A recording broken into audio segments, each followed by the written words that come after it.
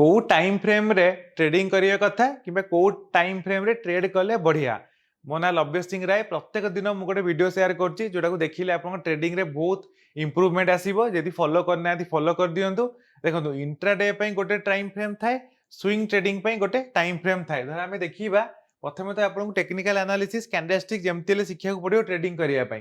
तो time frame आमे एमति देखिबा हमर एमती 1 मिनिट 3 मिनिट्स 5 मिनिट्स 15 मिनिट गोटे घंटा गोटे वीकली मंथली एमती सब टाइम फ्रेम थिबो।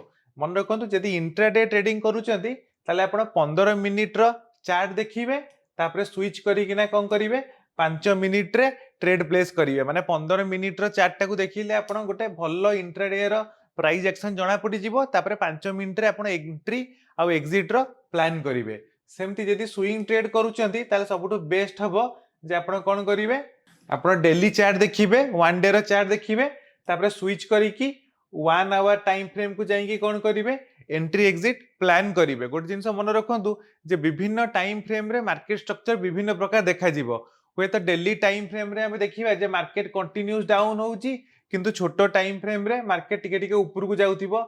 जेमती एठी एठी मार्केट टिके रिकवर हेइची। सेति पई आपण थरो इंट्राडे ट्रेड करूछन, हुए तो इंट्राडे रे लॉन्ग साइड ट्रेड नै जिवे, किंतु थरो डेली चार्ट देखिबे ता डेली चार्ट रे कंटिन्यूस मार्केट डाउन ट्रेंड थिबो। सेठी आपन कोन करियो पड़िबो जेतले पोजिशनल ट्रेड नेबे सेतले डाउन साइड रे ट्रेड नेले आपनकर बेटर प्रॉफिट हबो। किंतु मन रखंतु ऑप्शन रे ट्रेड कले कोन हबो, ऑप्शन ग्रीक्स भी फलसे सिखिया को पड़िबो।